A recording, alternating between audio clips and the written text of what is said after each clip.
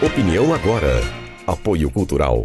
Cimesp, o legítimo representante patronal do setor metal mecânico de Piracicaba, Saltinho e Rio das Pedras. Sindicato dos Trabalhadores nas Indústrias de Alimentação de Piracicaba.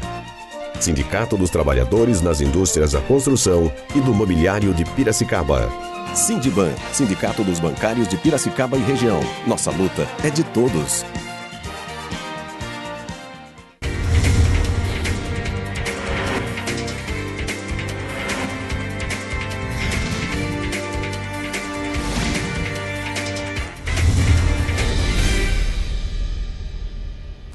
Olá, bom dia. Quinta-feira, 6 de junho, está no ar mais uma edição do programa Opinião Agora.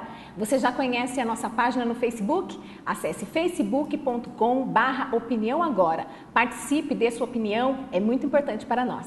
Veja agora as principais notícias dos jornais da cidade. A Tribuna Piracicabana. Prefeito cria comissão para procurar áreas ambientais. De acordo com o Instituto de Pesquisa e Planejamento de Piracicaba, o IPLAP, são várias áreas espalhadas pela cidade que podem ser enquadradas como parques lineares. Unidades de conservação estão previstas no plano diretor. Durante o Dia Mundial do Meio Ambiente, comemorado ontem, o prefeito Gabriel Ferrato assinou o decreto de lei 15.150/13, instituindo uma comissão formada com representantes da SEDEMA, SEMAI, CEMOB, ENDAP, IPLAP e Procuradoria-Geral, para estudos da regulamentação de unidades de conservação do chamado Sistema Municipal de Áreas Verdes e de Lazer de Piracicaba. Lutador do UFC faz palestra na cidade. Na noite de hoje, a Academia Sportway recebe a visita do lutador de MMA há 7 anos no UFC, Gleison Tibau, que ministrará a palestra e participará de um bate-papo seguido de treino com os participantes do evento, marcado para começar às 19h30. Jornal de Piracicaba. DIG prende suspeito de 4 assassinatos e 3 roubos. Policiais da DIG prenderam ontem à tarde Guilherme Assarino Vitti, de 18 anos, conhecido como Cicatriz, suspeito de pelo menos 4 assassinatos em Piracicaba. Ele também é investigado pela prática de ao menos 3 roubos a residências. Cicatriz foi encontrado em uma casa no bairro Bosques do Lenheiro e foi preso em cumprimento a 2 mandatos judiciais, um de prisão temporária por suspeita do roubo a uma residência na Vila Resende, na madrugada do dia 23 de março, e outro de prisão preventiva pela suposta participação no homicídio do comerciante Manuel Lima Bispo, de 51 anos, o Jacaré. Projeto antinepotismo entra na pauta na Câmara. A pauta da ordem do dia da Câmara de Vereadores de hoje inclui a proposta de emenda à lei orgânica que impede a prática do nepotismo, nomeação de parentes do mandatário de cargos públicos no município e, portanto, deve ser votada hoje. Gazeta de Piracicaba. Prejuízo no bolso. Reparos com sinalização em espaços públicos custam até R$15 mil. Na madrugada do último sábado, um grupo de arruaceiros quebrou 7 postes de iluminação instalados em uma praça no cruzamento da Avenida Euclides Figueiredo com a Rua Marcelo Lima, no bairro Jardim Boa Esperança, em Piracicaba. O caso gerou boletim de ocorrência e será investigado. Atos de vandalismo, como citado, geram gastos à administração municipal. Apenas os reparos com placas de sinalização em espaços destinados aos usuários do transporte público da cidade somam até R$15 mil por mês, valor desembolsado pela Prefeitura. Campanha de vacinação contra a paralisia. Saúde lançou ação ontem e 70 crianças da escola do Caxambu foram vacinadas. A campanha nacional de vacinação contra a paralisia infantil foi lançada oficialmente na tarde de ontem, em evento realizado pela Secretaria Municipal de Saúde nas dependências da Escola Municipal Joaquim Carlos Alexandrino de Souza, no bairro Caxambu. 70 crianças na faixa etária entre 6 meses e até 5 anos de idade foram vacinadas. De acordo com o responsável pela pasta, Pedro Melo, a meta da Secretaria é vacinar 19.856 crianças até o final da campanha, no dia 21 de junho. Veja agora como fica o tempo e a temperatura para hoje. Quinta-feira de sol com algumas nuvens, não chove. A temperatura máxima chega aos 27 e a mínima aos 13 graus. E já após o intervalo eu converso com o professor de logística Armando Corte Real. É já após o intervalo, fique com a gente.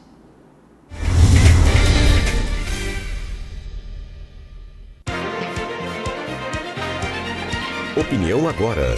Apoio cultural. Cimesp, o legítimo representante patronal do setor metal mecânico de Piracicaba, Saltinho e Rio das Pedras. Sindicato dos Trabalhadores nas Indústrias de Alimentação de Piracicaba. Sindicato dos Trabalhadores nas Indústrias da Construção e do Mobiliário de Piracicaba. Sindiban, Sindicato dos Bancários de Piracicaba e região. Nossa luta é de todos. Para combater a dengue, cada um tem que fazer a sua parte. A dengue é uma doença transmitida pela picada do mosquito Aedes aegypti. Elimine os criadouros. O mosquito se reproduz em locais com água parada. Caixas d'água, tambores e outros depósitos de água. Se tiver plantas em casa, elimine ou fure o prato do vaso. Cultive as plantas na terra e não na água. Já os pneus devem ser levados para o ponto de coleta da SEDEMA. Mais informações, ligue 3413-7587. Dengue, na minha casa não. Campanha da Secretaria Municipal de Saúde de Piracicaba. Você não pode perder. Dia 8 de junho tem Arraiá Facu Anhanguera. É dia 8 de junho, sábado, a partir das 3 da tarde. Animação Forró Trio Canela. Área de alimentação completa. Patrocínio Sindicato dos Metalúrgicos de Piracicaba. caipiracicabano.com.br. Cevada Pura. Estacionamento Bora Bora. Turma do Sapo. E Faculdade Anhanguera. Apoio TV Opinião Piracicaba. Opinião agora. Apoio cultural. Cimesp, o legítimo representante patronal do setor metal mecânico de Piracicaba, Saltinho e Rio das Pedras. Sindicato dos Trabalhadores nas Indústrias de Alimentação de Piracicaba. Sindicato dos Trabalhadores nas Indústrias da Construção e do Mobiliário de Piracicaba. Sindiban, Sindicato dos Bancários de Piracicaba e região. Nossa luta é de todos.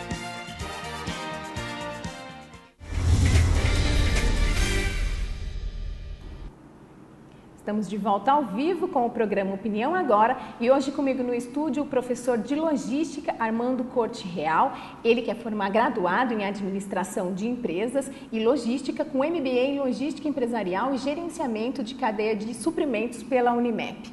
Muito obrigada, Armando, por ter aceitado o nosso convite, seja bem-vindo. Eu que agradeço, muito obrigado, Alessandra, é um prazer estar com vocês aqui hoje. Muito obrigada.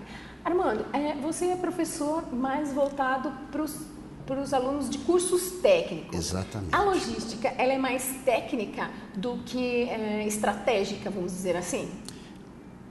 Ela tem um pouco dos dois, eu vou te dizer por quê. Claro, ela é estratégica porque a logística é planejamento. Mas eu costumo dizer sempre que a logística tem sucesso na sua atuação quando ela parte da base, quando ela parte da origem. Por que eu disse para você anteriormente, eu gosto da área técnica? Porque quem traz o sentimento daquilo que está certo, que está errado, daquilo que pode ser melhorado dentro da indústria é o operário, porque é ele que está manuseando aquilo todo dia. Ela tem uma visão macro, porque ela atua na questão do transporte, na questão da armazenagem, mas nos processos também, entendeu? Então eu acho que o ensino técnico ele é muito menos acadêmico e mais prático, tá?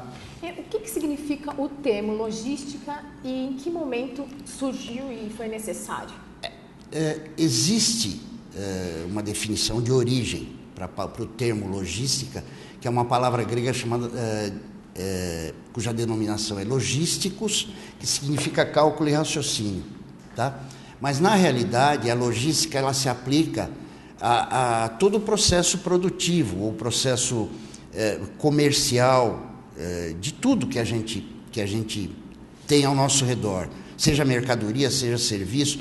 Por exemplo, sendo um pouco mais claro, processo de mercadoria é o processo produtivo da cadeia de suprimentos, é o fornecedor, o produtor e o cliente que vai dar o retorno se o produto é bom ou é ruim, se ele precisa ser melhorado. É o cliente que dá esse sentimento, tá certo?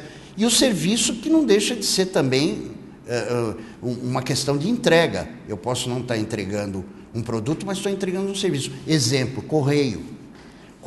Os correios são um exemplo muito interessante de logística de serviços. E tem uma logística muito apurada, muito em constante evolução.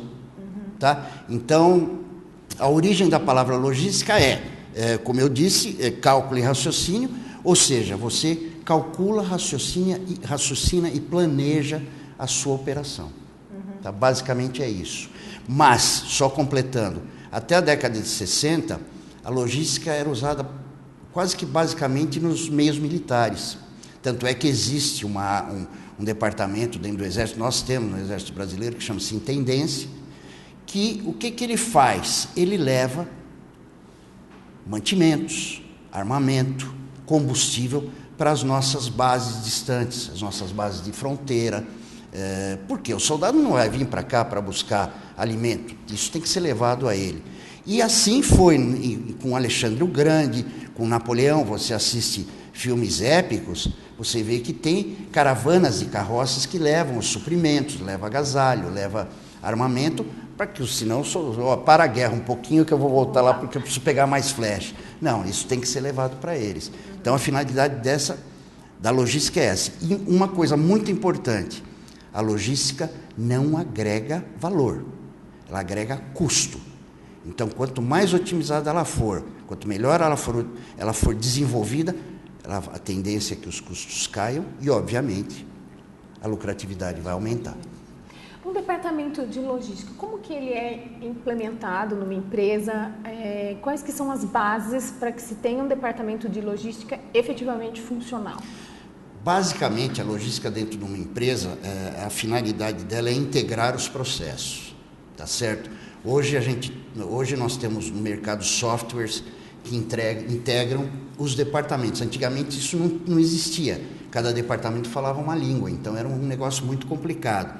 Hoje você tem a integração. Se o marketing está desenvolvendo um produto para lançar no mercado, o departamento de suprimentos, compras, o departamento de produção já está integrado dentro daquela ideia para que se possa aprovisionar a empresa das necessidades, sem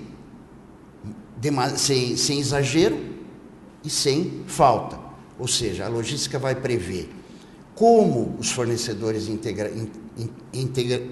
vão entregar os insumos, as matérias-primas, com que velocidade, quanto vai se precisar de armazenagem, para não ter que estar alugando barracão, alugando armazém inflável. Quer dizer, você vai usar o espaço que você tem automaticamente a entrada da matéria-prima e a ida já para a produção, que é o just-in-time, que é o sistema mais famoso, utilizado no mundo todo, dentro, principalmente da indústria automobilística, que é o sistema Toyota de produção. É como os japoneses introduziram isso no mundo, e isso está sendo utilizado em todos os lugares. Tá? Mas hoje a logística é muito eficiente na indústria automobilística, na indústria automotiva, por enquanto.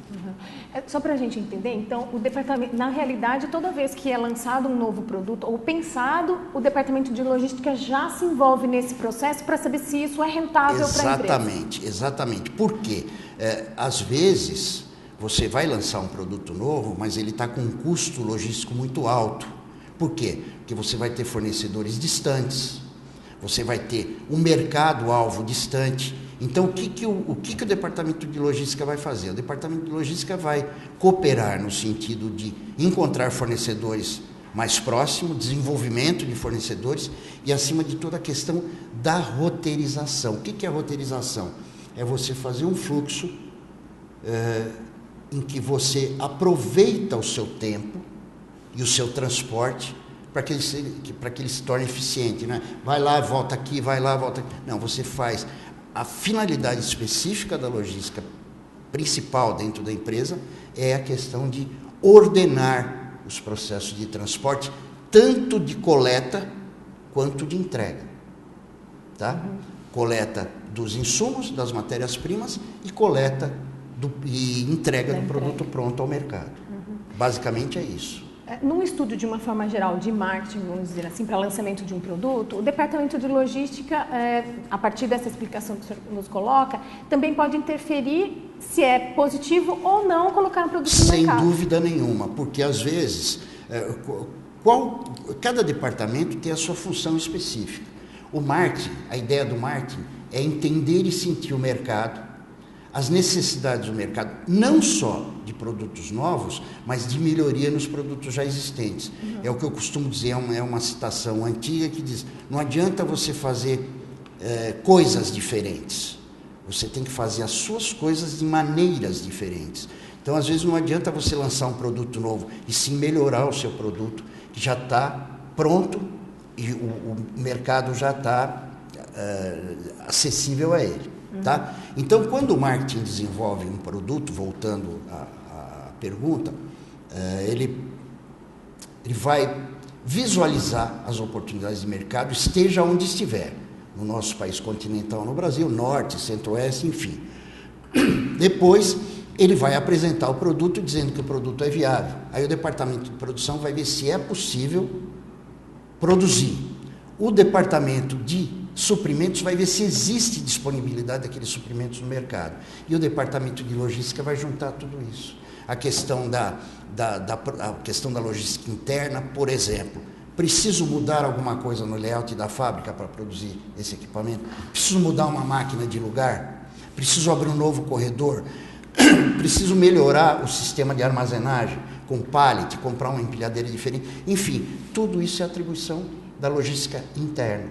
Tá? Então, até a questão da estrutura mesmo, predial, vamos dizer assim, tem uma interferência da logística. Não tem a menor dúvida, porque você aí leva em consideração, por exemplo, iluminação natural, fluxo de entrada e saída, porque a gente vê, por exemplo, hoje, que muitas empresas têm a sua operação logística feita por terceiros, feita por operadores logísticos, que pegam os produtos, levam para os seus CDs, para os seus centros de distribuição, fazem toda a identificação e armazena e estoca. Qual a diferença de armazenagem e estoque? A armazenagem é uma coisa mais de longevidade. Eu posso pôr lá no fundo do armazém e tudo mais. Estoque não, é uma coisa que tem que sair rápido, eu tenho que pôr aqui numa área para já ser distribuído.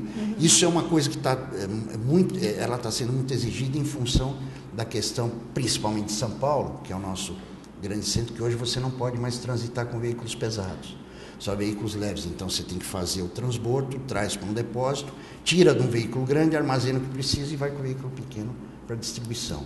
Então, tudo isso dentro da empresa, a logística tem que ver a parte de circulação interna, a parte, porque se você compra um insumo, uma matéria-prima, essa matéria-prima pode ou não vir com o frete pago.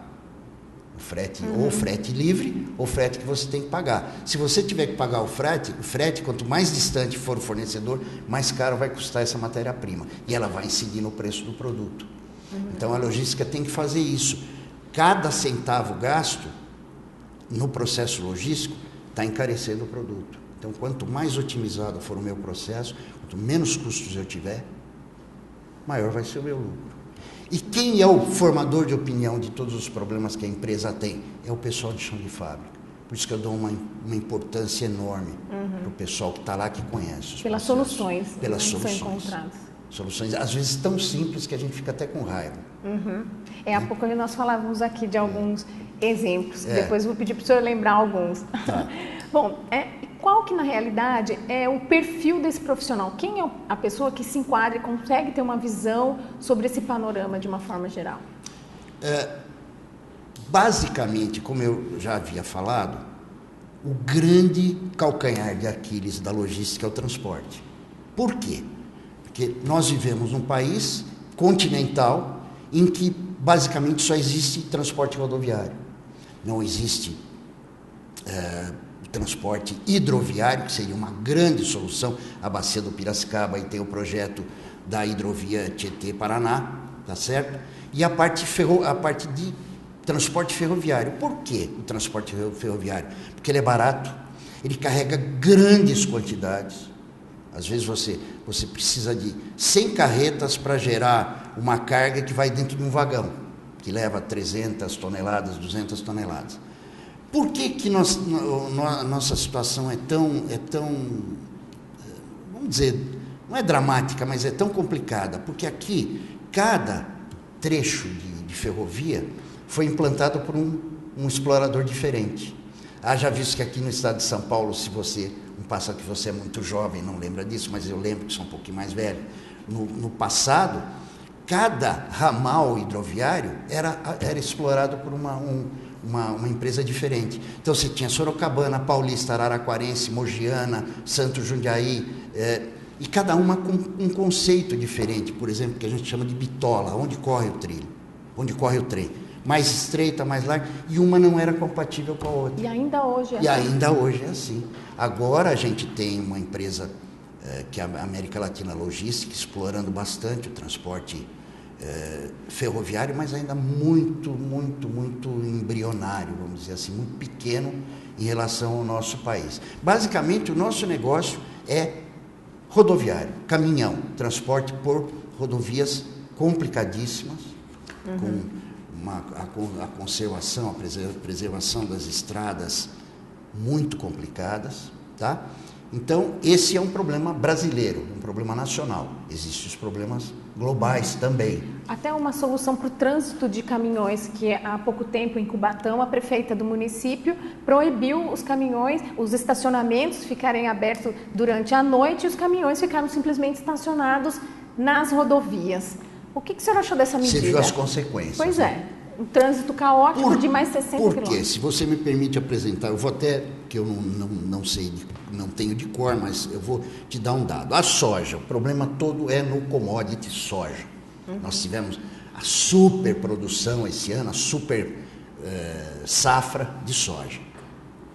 O quilo da soja, a tonelada da soja, desculpe, o custo dessa tonelada de soja é de $482, tá?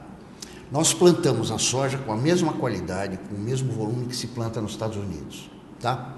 Desses $482, que é o custo da soja no Brasil se gasta $144 de transporte e mais $10 por tonelada de operação portuária.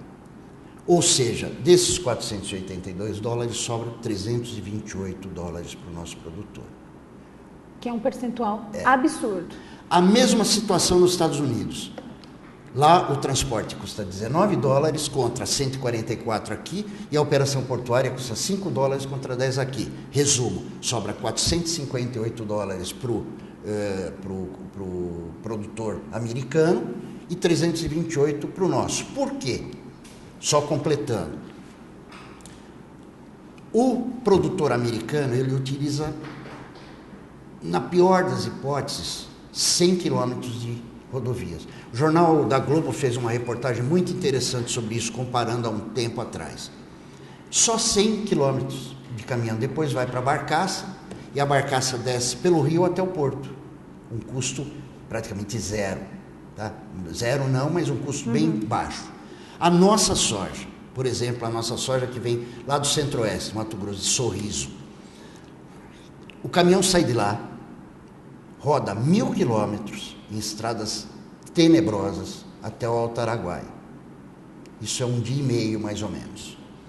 No Alto Araguaia é feito o transbordo do transporte rodoviário para o trem, que leva mais 3 dias e meio para chegar até Santos. Maravilha, chegou no trem, não vai pegar o congestionamento de Cubatão. Mas e se essa soja vier de caminhão?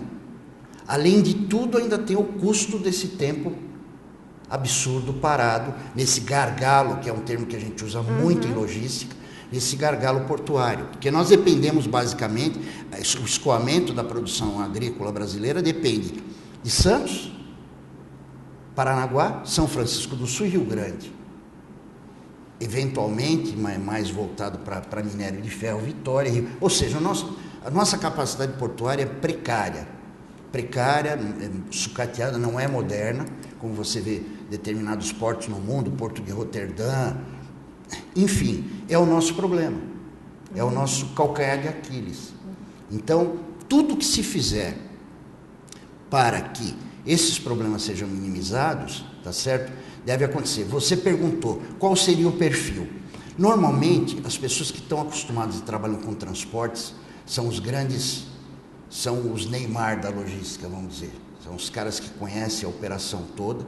E quem trabalha com armazenagem, quem trabalha com armazéns, quem trabalha com paleteiros, com porta-pallets, com organização de pallets, embalagens padronizadas, nós chamamos de unitizadas, os pallets todos iguais. Então, o perfil para o mercado, eu entendo, e acho que a maioria dos professores entende, que é a pessoa que já tem aquela experiência prática.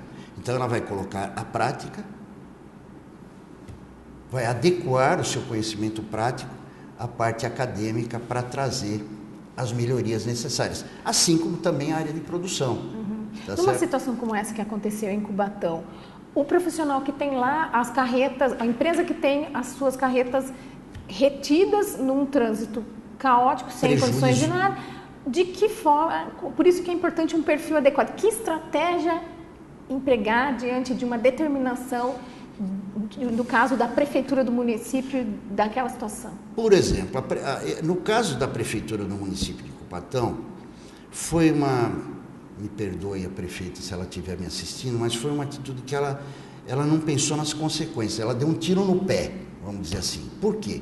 Porque ela causou um problema de amplitude muitíssimo maior do que aquilo que ela entenderia que ela poderia estar resolvendo, tá certo? Ou seja, uma atitude inadequada e sem propósito. O que o operador logístico faz? O operador logístico, ele tem, ou o transportador operador logístico, ele tem um prognóstico, ele tem uma sequência, que o caminhão vai viajar, vai chegar no porto, vai descarregar, vai carregar de novo, vai voltar. Quando ele para 5, 6, 7 dias, isso é totalmente imprevisto. Não tem como você prever uma atitude como essa, de um dia para o outro fecha. Entendeu? Então, pouco se pode fazer. Se nós tivéssemos mais alternativas, para que não houvesse o fluxo, eu não sei exatamente o número, mas é coisa de 11 mil, não sei quantos mil caminhões por dia, nós teríamos um desafogo melhor. Por exemplo, se nós tivéssemos um processo de hidrovias, por exemplo, um transporte, uma distribuição melhor, que não dependesse tanto do transporte, porque o transporte ferroviário não tem gargalo em Santos. Ele chega, os vagões são já praticamente descarregados dentro do navio, muito mais prático, mais barato, entendeu? Mas infelizmente nós estamos um pouco atrasados, o Brasil está um pouco atrasado. Mas há capacidade de escoamento somente pelo transporte ferroviário? Se depende do que para essas pessoas utilizarem, as empresas utilizarem mais o transporte ferroviário e não tanto o rodoviário? Alessandra, basicamente o transporte pesado feito no Brasil é o transporte feito com commodities, com mercadorias a granel, mercadorias normalmente que vão para portos. Isso poderia, em linha reta, você estabelecer essa distribuição, fosse através do transporte rodoviário, fosse através do transporte hidroviário, através da utilização das bacias dos rios. Alguma coisa se usa, mas muito pouco. Por exemplo, no norte dos Estados Unidos tem o Lago Michigan, que faz fronteira com o Canadá. Nós não temos lago aqui, nem podemos ter transporte lacustre, mas lá, esse transporte lacustre, nessa região, o que ele agrega de praticidade, baixa valores, é impressionante. Nós poderíamos ter isso aqui também. O Brasil se diz que é um país que se plantando tudo dá, e também esses procedimentos. Mas a gente esbarra nos entraves burocráticos, é um país extremamente burocrático. A nossa legislação portuária é muito complicada, tá certo? As obras demoram para sair do papel, as coisas demoram para acontecer, porque esbarra aqui, esbarra ali, tem que ser votado, tem que ver projeto, viabilizar projeto, e volta, e vai, e volta. Enquanto que eu entendo, na minha modesta figurinha, não só modesta figurinha, como na altura também, eu entendo que nós precisaríamos ter um pouco mais de agilidade. Isso precisaria ser priorizado com outras ferramentas, outras facilidades, entendeu? Não sei se eu respondi a tua pergunta, se eu divaguei um pouco, mas... O senhor falou sobre o transporte de commodities. A gente vê também a questão do prejuízo, porque o transporte de grãos, por exemplo, tem uma perda muito grande nas rodovias até chegar aos portos. Quanto que isso representa, na realidade, para o próprio fornecedor e para o bolso do consumidor? Por exemplo, se você tiver... quando existe prejuízo, tá certo? Esse prejuízo tem que ser reposto de alguma forma. Eu trabalho há 40 anos em companhia de seguro, na área operacional de transportes e de property, de seguros de incêndio, seguros empresariais, que é onde muitas das ações que a gente faz acabam voltando para a própria logística. Por exemplo, você tem o tombamento de um caminhão, tá certo? Mais ou menos é uma perda. Nós falávamos antes da questão de esparramar o commodities e cair o tombamento. Existem formas de você minimizar isso no transporte de carga, de modo geral, com gerenciamento de risco, com manutenção, com uma roteirização diferente, caminhões circulando por lugares menos impactantes para o veículo e tudo mais. Mas na questão do commodities, é o que nós estamos falando, é linha reta. Para a soja vindo do Mato Grosso, de Sorriso, por exemplo, para Santos, ela tem que vir em linha reta. Desculpa, não dá para você mudar muito esse conceito. O que aconteceu? Tombou, perdeu a carga toda. Não perdeu porque você consegue, o commodity está em grão, a soja está em grãos, então você consegue carregar com um trator, com a carregadeira e colocar em outro caminhão. Ontem mesmo teve um descarrilamento muito grande de soja, não sei se você viu, foram 3 ou 4 vagões. Então a pá carregadeira vai lá, ou coloca em outros vagões, ou coloca em caminhões. Mas, por exemplo, uma carreta que sai de Manaus, carregada de aparelhos de televisão, pela balsa até o porto de Belém, a balsa afunda, não se salva nada, entendeu? Aí é prejuízo total. Então, na questão dos commodities, ainda dá para você recuperar, porque mesmo ele tombando, ele não vai ser contaminado. Claro, se ele cair num rio que está contaminado, está perdido. Mas se ele cair no seco, ele pode ser reaproveitado, porque a soja depois é lavada, ela é peneirada. Então, se nós tivéssemos processos, mas eu esqueci de acrescentar uma coisa, naquela comparação da soja nos Estados Unidos e no Brasil, aqui nós teríamos, na pior das hipóteses, 6 ou 7 dias. Lá demora 1 dia e meio para chegar no porto. Além disso, porque você sabe que tempo é dinheiro. Com certeza. Tempo é dinheiro. Então, quanto mais rápida, mais eficiente for a sua operação, mais lucro e menos perda você vai ter. Tá? Bom, nós vamos então para um rápido intervalo comercial e, após o intervalo, Armando, gostaria que vocês falassem então se esses são os principais desafios para o profissional brasileiro e no que o profissional, especialmente os americanos, podem ensinar aí aos profissionais brasileiros. É já após o intervalo. Fique com a gente.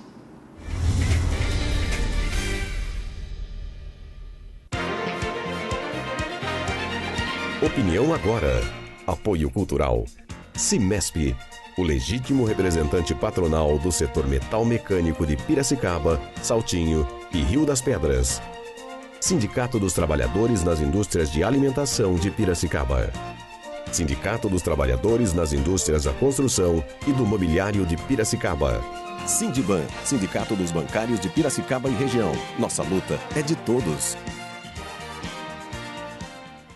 Para combater a dengue, cada um tem que fazer a sua parte. A dengue é uma doença transmitida pela picada do mosquito Aedes aegypti. Elimine os criadouros. O mosquito se reproduz em locais com água parada. Caixas d'água, tambores e outros depósitos de água. Se tiver plantas em casa, elimine ou fure o prato do vaso.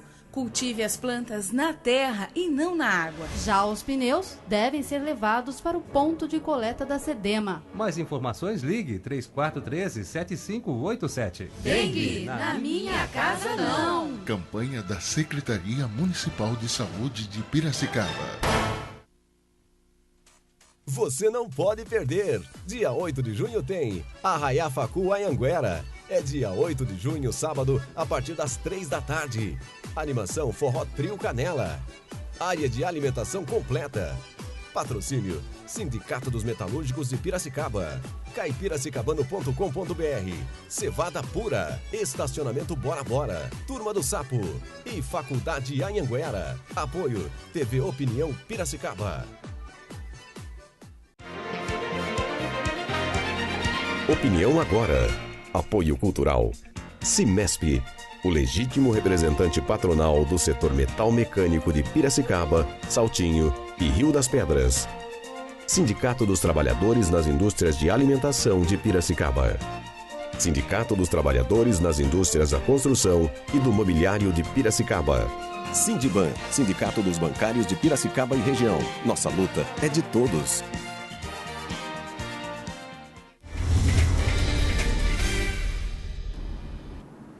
Estamos de volta ao vivo com o programa Opinião Agora e hoje eu estou conversando com o professor de logística Armando Corte Real. Professor, há pouco nós falávamos sobre transportes de grão, mas como que é na realidade, como acontece a logística no setor agrícola no Brasil de uma forma geral? Eu acho que o setor logístico que está tendo maior desenvolvimento no Brasil é o setor do agronegócio. Quer dizer, a minha opinião, por quê? Por exemplo, aqui em Piracicaba nós temos a Exalc, a Escola Superior de Agricultura Luiz de Queiroz, criou um departamento chamado Exalc-Log. É um departamento voltado para a logística do agronegócio. O diretor José Vicente Cacheta, da Exalc, tem livros escritos sobre essa dinâmica, sobre a logística, o transporte de carga na área do agronegócio. Então, eu acho que se não fosse as nossas deficiências como um todo, eu acho que nós estaríamos bem desenvolvidos nesse aspecto, mas nós temos a deficiência das distâncias, do tamanho do Brasil, das dificuldades de locomoção, da falta de condições de estrada, enfim, mas eu acho que ainda é um setor no Brasil onde se faz muita coisa, tá certo? Assim como hoje as operadoras logísticas que estão atuando no Brasil também trazem uma bagagem muito, muito grande de vencer esse binômio, né? Que a logística é um binômio, tempo e distância. Quanto menor for o tempo e menores forem as distâncias, é mais dinheiro que você vai ganhar, mais produtividade, mais qualidade. Por que qualidade? Porque a distância, se ela for muito grande ao ser transposta, ela vai acabar trazendo algum malefício para o produto, na qualidade do produto. Então aí você tem custos maiores de embalagem, maiores proteções, custo é custo. Você vai ter que mexer em função de distância, você vai gastar mais dinheiro, tá certo? Então esse binômio, vencer o tempo e a distância, é muito importante dentro da logística moderna. Especialmente para a agrícola, no caso de... Especialmente para a agrícola, o escoamento, porque nós somos um país eminentemente agrícola, de várias culturas regionais, com safras muito grandes e especificamente cana, né? Que é a questão da nossa região aqui, que tem que ter um transporte bem otimizado para que possa haver ganho de dinheiro. Há pouco nós falávamos sobre a questão do transporte ferroviário como uma forma de escoamento com menos tempo e com um custo menor. Com certeza. Por que ainda hoje não houve uma adaptação das bitolas para que fosse possível isso de uma forma mais abrangente? Custo, política, tempo. Porque o que acontece, Alessandra, isso não vem de hoje. Isso vem do início do século XX, do milênio passado. E foi se deteriorando. Por quê? Porque foi se fazendo rodovia, desenvolvendo, incentivando o transporte rodoviário, e o transporte ferroviário foi ficando. Haja visto que hoje o transporte ferroviário é quase que na sua totalidade sucateado, trilhos, não temos equipamento, não temos nada. Por quê? Porque essas empresas, num determinado momento, que passaram para controle do governo, quando foi criada a Rede Ferroviária Federal. Aí deixou de ter Araraquarense, Mogiana, Santo Jundiaí, enfim, as várias empresas, as várias concessionárias que operavam no transporte ferroviário. Com a Rede Ferroviária Federal, não houve impulso, não houve modernidade, porque na Europa, por exemplo, hoje você tem o mesmo problema das bitolas estreitas, mas existem procedimentos que permitem que você não tire a carga de um trem com bitola larga para passar para outro com bitola estreita para seguir num outro país. Elas têm uma integração com base técnica, eu não sei, não conheço bem a parte específica de alargar ou estreitar, mas existem dispositivos para você fazer com que um trem corra numa linha e em outra que não seja similar, através de adaptações, que nós não temos aqui. Então, por que a Europa, por exemplo, está mais avançada? Nos Estados Unidos tem a Amtrak, uma série de operadoras que fazem costa a costa, leste a oeste. Transporte ferroviário nos Estados Unidos é extremamente ágil, extremamente utilizado. O que se usa de transporte rodoviário nos Estados Unidos é infinitamente menor do que se usa no Brasil. E se usam outros meios, rodoviário, lacustre, fluvial. A arrecadação, de repente, para os cofres públicos é mais vantajosa através do transporte rodoviário? Para que não haja um investimento? Não tenha dúvida, porque a tributação é altíssima. Tanto é que você tem tributações diferentes de estado para estado. Então, o custo de tributação para você levar, por exemplo, uma carga de São Paulo para Recife ou para Fortaleza é alto. Sem contar a parte de manutenção, a parte de quebra de veículos, a parte de pneu, fecho de mola, danos causados ao veículo por estradas ruins. Porque não existe direcionamento de recursos para a melhoria dessas estradas. Tá certo? Não existe. Quer dizer, tem algumas estradas que estão em situação caótica há muitos e muitos e muitos anos. E não existe. Você está em São Paulo, por exemplo, nós temos estrada de primeiro mundo. A partir do momento que você sai do estado de São Paulo, entra, por exemplo, em Minas Gerais e vai subindo, você vê que a condição e a qualidade das estradas, tudo bem, não tem pedágio.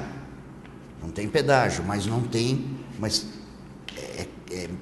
os riscos de acidentes e de você ter uma quebra no carro são muito maiores.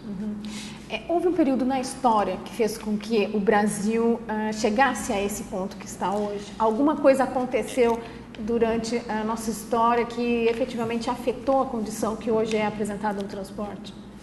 Tem uma situação que eu costumo mencionar sempre, porque eu vivi essa situação.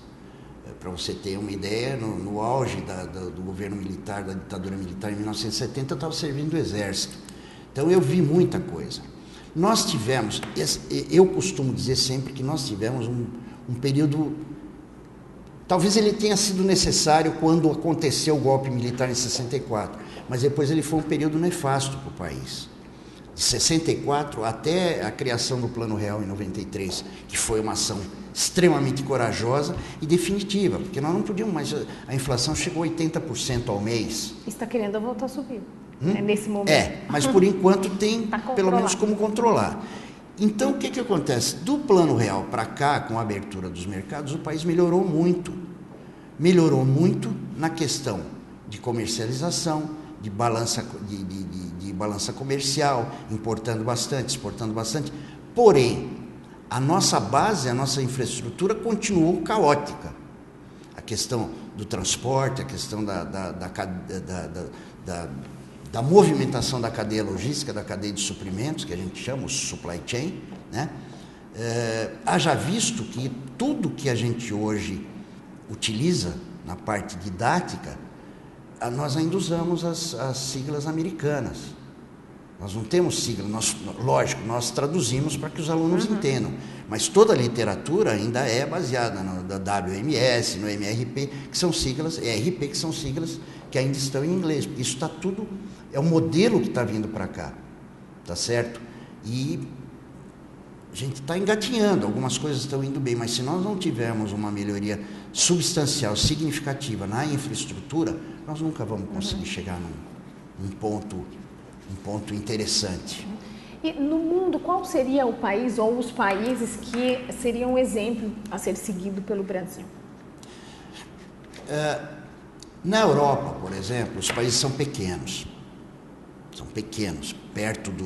muitos países da Europa cabem dentro do Brasil. Então, existem algumas operações que a gente conhece por terra, que se usa especificamente o Porto de Roterdã, na Holanda. Então, o processo é extremamente ágil no levar e trazer mercadorias. Levar, trazer. Então, essa questão se usa o transporte rodoviário também, mas é muito mais evoluído. Por quê? Porque você tem opções de escolha, pelo volume, pelo tamanho da carga, pelo tipo da carga.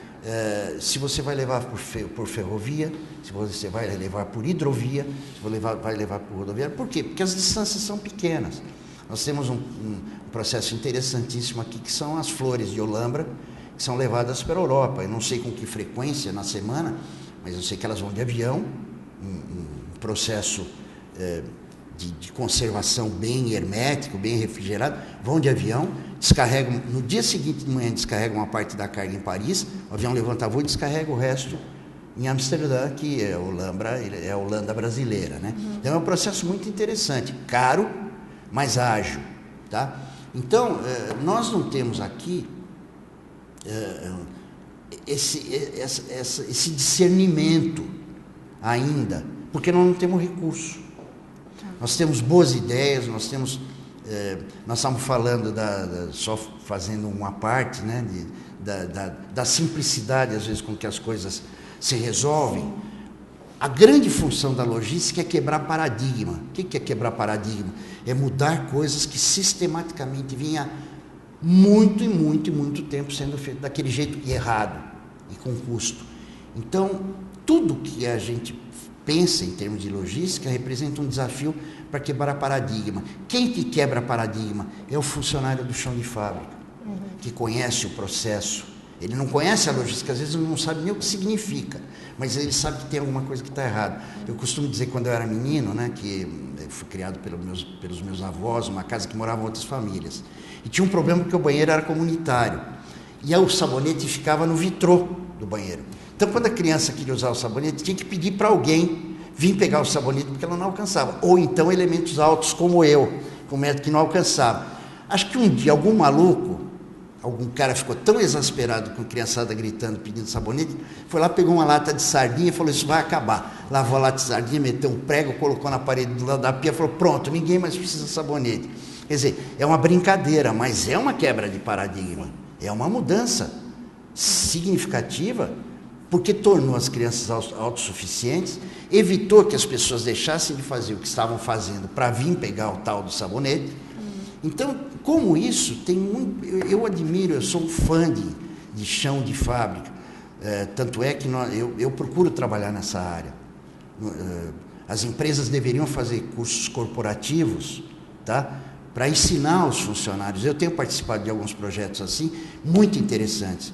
Primeiro, para você diminuir o turnover, diminuir a rotatividade de funcionários. Às vezes o funcionário sai por causa de R$100, quando na realidade ele vai ter prejuízo. Por quê? Porque ele não vê nenhuma possibilidade de progresso dentro da empresa. Então, se a empresa fizer isso e ao mesmo tempo identificar os seus funcionários que têm capacidade, que têm condições de ir para outras funções, a logística das empresas vai melhorar muito, a logística interna. Tá? Eu acho que o que falta também, que a gente observa nas empresas, é o encorajamento do chão de fábrica. Porque muitas vezes ele pensa, eu não tenho voz aqui. O quanto é aceito a minha opinião? Então, a cabeça dos gestores também precisaria passar por essa mudança de entender que são colaboradores efetivamente com capacidade de colaborar para o processo. não é? E como que o senhor vê essa questão no sentido de um gestor de logística, a aceitação de alguma sugestão, de que forma as empresas poderiam aproveitar um pouco mais essa relação entre colaborador chão de fábrica e decisões importantes, como essa questão de algumas ferramentas que facilitam a produção ou o próprio transporte? Eu costumo vislumbrar a empresa, o seu processo produtivo, como uma pirâmide. Você tem a base, que são aqueles funcionários menos graduados, mas que têm um papel importantíssimo, que sustentam a pirâmide. Aí você tem os níveis, supervisores, líderes, gerentes, diretores, enfim, que as decisões vão sendo distribuídas. A gente ouve muito falar isso da questão da sombra, né? Ao invés de um líder, não sei se isso existe, mas eu escuto muito isso, ele não dá oportunidade. Ele não dá oportunidade, por quê? Porque ele se sente ou ameaçado, ou enfraquecido, ou acha que pode fazer sombra, quando a empresa precisa enormemente desses funcionários capacitados. Então, o que se faz? Se cria caixa de sugestões, para que o funcionário, se tem uma boa ideia, ele formalize aquela boa ideia para um comitê e não para uma pessoa só, que é o líder que está acima dele. A empresa toda vai tomar conhecimento daquilo. Você premiar essas pessoas, não só premiar, mas também mostrar para essa pessoa que ela pode ter um progresso dentro da empresa, pode ser promovido, deixar, em suma, que ela demonstre a sua iniciativa. Eu costumo dizer que cultura não é somente sabedoria. Eu conheço pessoas sábias que mal sabiam assinar o nome, mas é o conhecimento prático. Chão de fábrica é importantíssimo. Assim como é importantíssimo um motorista de caminhão, um ajudante, um operador de empilhadeira, um operador de ponte rolante, um maquinista. Enfim, todas as pessoas têm sempre a visão voltada para alguma melhoria. Assim como a gente tem na casa da gente, visando melhorar, procurar gastar menos, isso tem que ser feito também. Eu acho que a forma mais correta é não deixar o curso de logística dentro da questão acadêmica de graduação superior, mas torná-lo rápido, por exemplo, cursos de 10 horas, de 20 horas, para os funcionários receberem dentro da própria empresa, para que eles percebam que a empresa está valorizando a capacidade que eles têm. Hoje as empresas, elas apostam na formação desses profissionais? Não. Como que é esse entendimento? Que eu tenho conhecimento, não.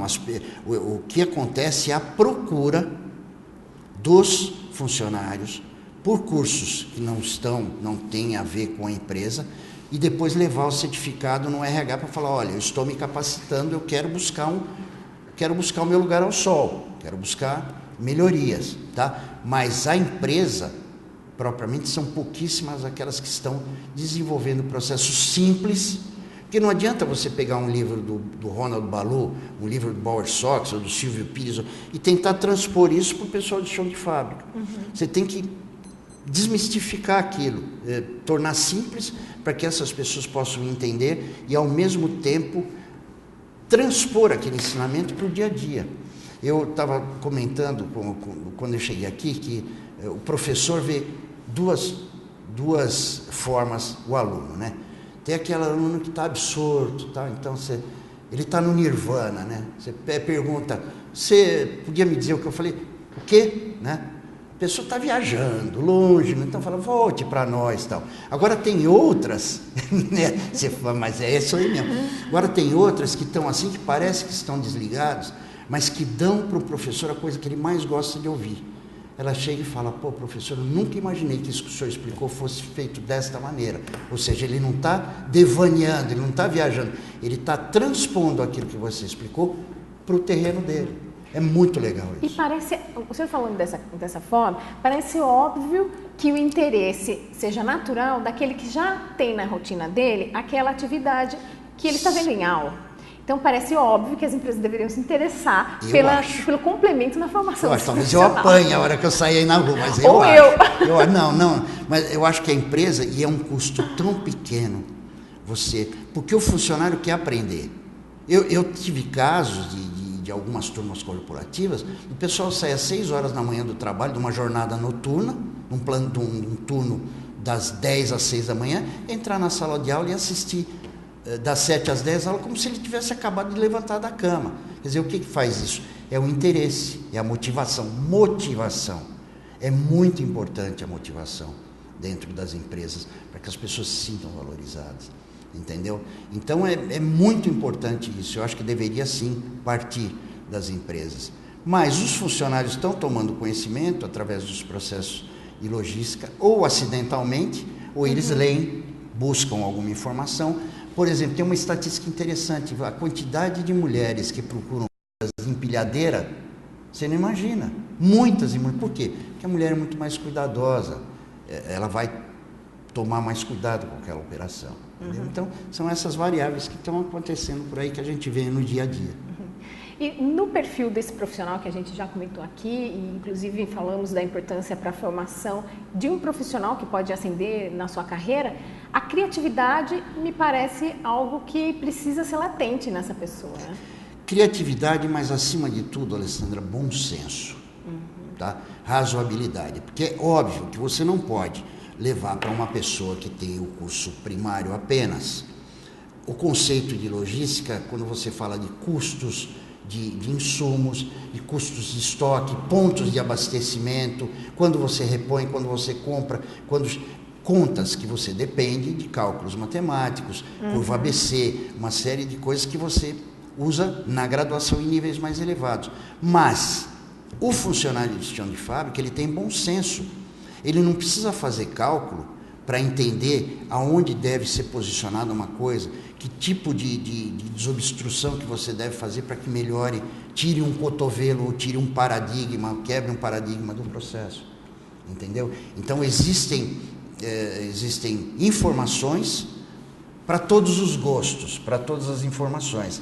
Mas, como eu disse, a questão da pirâmide, eu acho que o investimento tem que ser no pessoal de chão de fábrica, que pode depois fazer um curso de graduação, se tornar um diretor, enfim, ampliar os seus horizontes.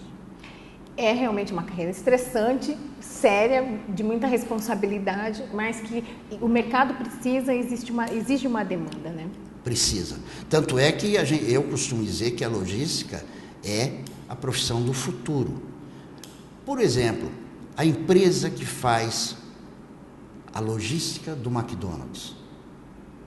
Você não entende a complexidade do processo dessa empresa.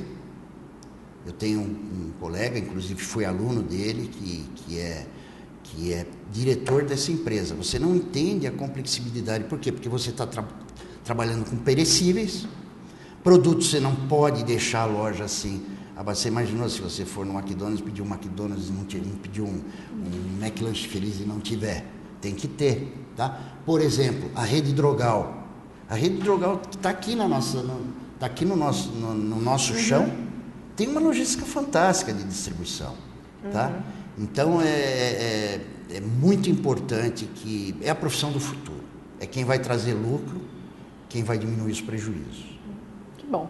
Bom, esse assunto é um assunto realmente bastante abrangente, nós teríamos vários temas para tratar dentro desse mesmo assunto, mas infelizmente hoje o nosso conversa chegou ao fim. Não pôde. Eu gostaria muito de fazer só mais uma colocação. A música é uma maneira de sair desse estresse? Não tem a menor dúvida, não tem a menor dúvida. A música tem duas coisas que eu gosto muito: música e leitura. Mas leitura do livro. Eu gosto de comprar o livro, eu gosto de ler o livro. Agora, a música não tem jeito. É como meu amigo, não sei, talvez ele esteja até assistindo, Zé Maria, vulgarmente conhecido como Japão, que nós tocamos juntos, ele sempre fala assim: o dia que eu perder a música na minha vida, eu morro. Então, eu gosto de tocar. Tem lá, eu sou caçulinha num bando de velhos malucos aí que tocamos Beatles, Rolling Stones. A música é muito importante na minha vida, na vida dos meus filhos, é muito importante. Bom, parabéns pelo trabalho, parabéns também pela banda, muito obrigado. Sucesso para vocês. Eu agradeço a oportunidade, espero que as empresas se tornem sensíveis para a formação da logística. Eu sou meio suspeito para falar porque eu sou fanático por isso, mas eu procuro transformar o entusiasmo das soluções que eu vejo não vou dizer para você que eu acerto, claro, ninguém acerta sempre, mas a gente procura fazer o melhor. Agradeço muito a oportunidade, foi muito bom estar com você aqui, Alessandra. Obrigada. Para a gente também foi muito importante esclarecer um pouco mais sobre essa profissão, que é uma profissão, como você disse, uma profissão do futuro. Às vezes, muitas pessoas que nos assistem querem fazer uma mudança na sua carreira, uma transição de carreira, não sabe para que lado seguir, ou mesmo para os jovens, ou mesmo para aquele operário que gostaria de ter uma chance dentro do ambiente que ele já está. Então, todo esse tipo de informação é muito importante a gente trazer para o Opinião Agora. Muito obrigada, Armando. Com certeza. Bom, o nosso programa fica por aqui. Para você, uma excelente tarde e até amanhã. Tchau.